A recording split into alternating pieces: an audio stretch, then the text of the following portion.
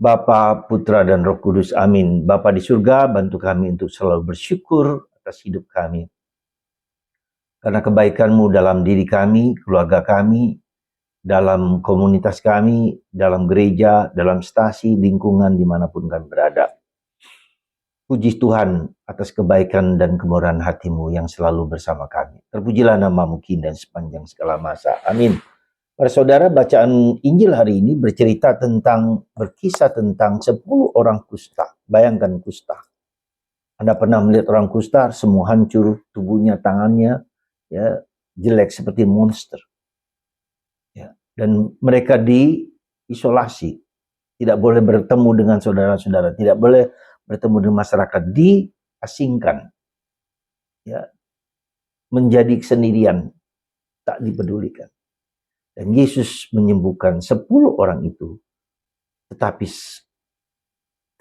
sekali lagi, hanya satu yang bersyukur. Hanya satu yang kembali kepada Tuhan. Hanya satu yang mengucapkan terima kasih atas kebaikan Tuhan itu. Saudara, kenapa kita tidak mudah bersyukur? Kenapa kita tidak mudah berterima kasih?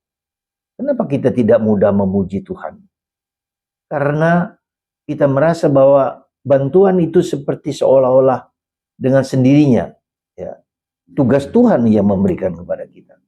Tanggung jawab Tuhan untuk memberikan kebaikan pada kita. Seolah-olah dengan sendirinya, taken for granted bahasa Inggrisnya, adalah sesuatu yang bukan sepertinya Tuhan membutuhkan aku, gitu loh. Itulah yang maka kita tidak bersyukur karena kita merasa bahwa memang tugas Tuhan untuk bertanggung jawab atas hidupku, memperbaiki hidupku. Dan inilah kurang ajarnya kita sebagai manusia, seolah-olah Tuhan yang butuh kita, bukan kita yang butuh Tuhan. Dan itulah yang membuat kita menjadi tidak mudah bersyukur, tidak mudah bekerja untuk Tuhan, kita tidak mudah untuk memperbaiki diri, kita tidak mudah untuk melakukan sesuatu yang baik pada Tuhan karena kita merasa ini tanggung jawab Tuhan, pekerjaan Tuhan bukan aku.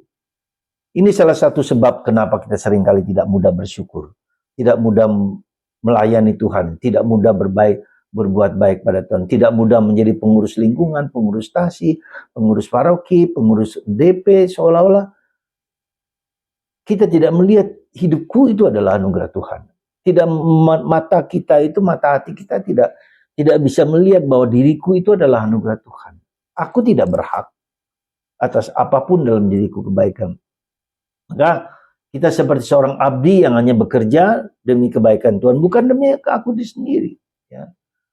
Yesus memberikan perumpamaan itu. Kita adalah seorang abdi, seorang hamba yang hanya menjalankan dan tidak berhak untuk mendapatkan pujian atau apapun juga.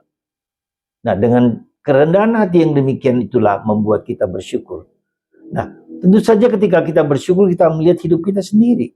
Sampai sekarang kita berada dalam hidup kita. Coba kita perhatikan. Betapa banyak rahmat-rahmat yang Tuhan telah berikan kepada kita tanpa kita minta.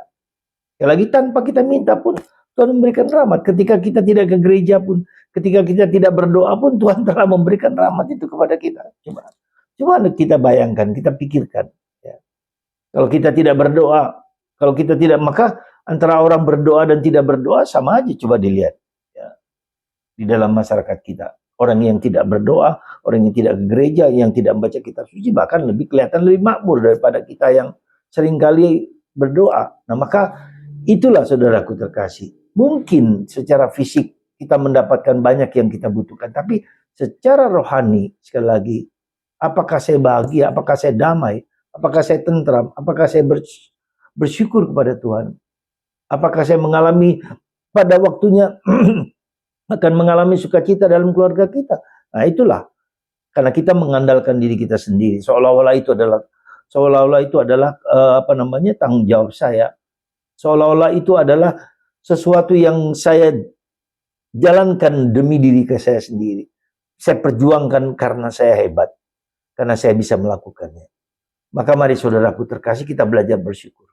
Dan karena itulah hidup kita bukan hanya di dunia ini, tetapi di dunia yang akan datang. Maka sabda Allah itu ya diberitakan kepada kita untuk kekal abadi. Coba Anda perhatikan. Yesus bacaan kedua hari ini. Ingatlah bahwa Tuhan kita Yesus Kristus yang telah wafat, yang telah menderita bagi kita dan bangkit bagi kita. Dan dia kekal. Itulah sabda Allah. Itulah kabar gembira. Yang abadi, yang kekal. Coba Anda perhatikan, kerajaan-kerajaan besar, Romawi, Babilonia, kerajaan misalnya, katakanlah raja kita dulu Soeharto, 30 tahun. Sekarang hancur lebur, tidak ada. Semua kerajaan besar-besar sedunia hancur. Tapi kerajaan Kristus, Sang Raja, Raja di Raja tetap abadi. Sabda Allah tetap abadi. Maka mari saudaraku, hidup kita 30 tahun, hidup kita 80 tahun, hidup kita 90 tahun, tidak lebih dari 100. Apa yang bisa kita berikan kepada gereja, kepada Tuhan, dalam relasi kita dengan Yesus? Relasi Anda dan saya, mari kita ajak bicara, kita omongkan, kita sadarkan betapa Tuhan sungguh memberikan rahmat kepada kita waktu demi waktu. Mari kita persembahkan hidup kita untuk kebaikan manusia. Tuhan memberkati Anda semua. Bapa, Putra, dan Roh Kudus. Amin.